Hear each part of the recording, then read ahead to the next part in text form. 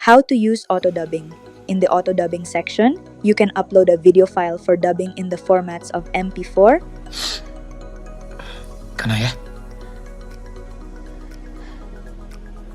kamu kenapa? Kanaya,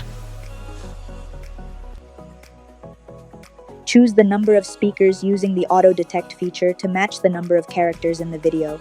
Select the language for dubbing your video content. You can also view sample content videos that have been dubbed by Soca AI. Upload an SRT file in the language you want to use for displaying subtitles in your video. Click Submit and wait for the transcription and translation process to finish.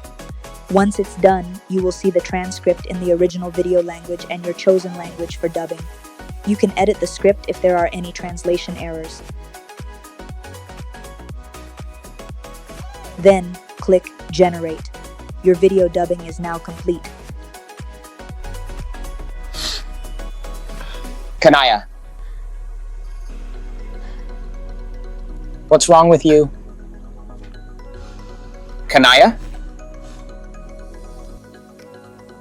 Don't forget to provide feedback on the auto-dubbing feature.